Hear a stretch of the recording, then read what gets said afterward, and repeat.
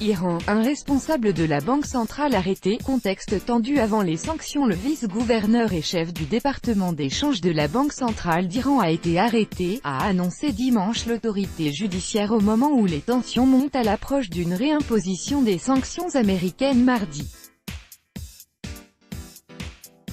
Le vice-gouverneur, Ahmad Araghchi, était arrêté avec d'autres responsables ainsi que 4 cambistes accusés de spéculation, a indiqué le porte-parole de l'autorité judiciaire, Gholam Hossein Mohseni Ejie, dans une déclaration à la radio-télévision des Tahrib. Ces arrestations interviennent avant la réimposition des sanctions américaines, conséquence du retrait unilatéral de Washington de l'accord international sur le nucléaire iranien.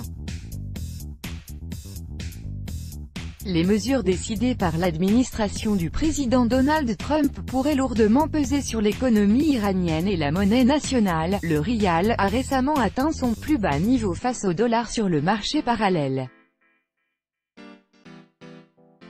Le secrétaire d'État américain Mike Pompeo, le 5 août 2018 à Jakarta, en Indonésie. Copyright Pool, BEAWIHARTA.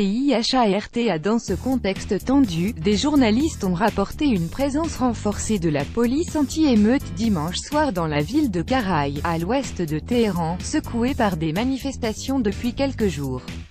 Selon les médias d'État iraniens, environ 500 manifestants ont attaqué une école religieuse dans cette province vendredi et une personne aurait été tuée par des protestataires. Ces derniers jours, des manifestations rassemblant des centaines de personnes ont eu lieu dans plusieurs grandes villes comme Shiraz, Sud, Avaz, Sud-Ouest, Mashhad, Nord-Est et Karaï. Plusieurs régions du pays auraient connu des manifestations motivées par un mécontentement face à la situation économique détériorée, à la classe politique mais aussi au manque d'eau causé par la sécheresse. Mais de sévères restrictions imposées à la presse ont rendu impossible de vérifier de sources indépendantes l'ampleur de ces protestations et les images circulant sur les réseaux sociaux. Grands corrompus, les opposants conservateurs du président Hassan Rouhani, un modéré, reprochent à son gouvernement de ne pas lutter suffisamment contre la corruption et d'échouer à relancer l'économie. Le président iranien Hassan Rouhani, le 14 juillet 2018 à Téhéran. Copyright Présidence iranienne. Au samedi, un haut responsable religieux, le grand ayatollah Hossein Nouri Hamdani, a demandé à ce que les grands corrompus économiques soient renvoyés devant les tribunaux. Les gens sont en colère quand ils entendent que quelqu'un a détourné des milliards pendant que d'autres vivent dans des conditions difficiles, a-t-il déclaré selon l'agence de presse Tasnim liée aux conservateurs. Avant son arrestation, le chef du département d'échange qui est le neveu du vice-ministre des Affaires étrangères iranien Abbas Araghchi, avait été limogé samedi par le nouveau gouverneur de la Banque centrale, une mesure sanctionnant apparemment sa mauvaise gestion de la crise monétaire en cours. L'économie de l'Iran. Copyright AFP, Simon Malfatto. Le rial iranien a perdu plus de la moitié de sa valeur par rapport au dollar depuis avril. Cette chute s'explique par le retour annoncé des sanctions américaines contre l'Iran et les craintes qu'elles font peser sur l'économie, mais les analystes estiment également que des mesures prises par Téhéran ont contribué au plongeon de la devise.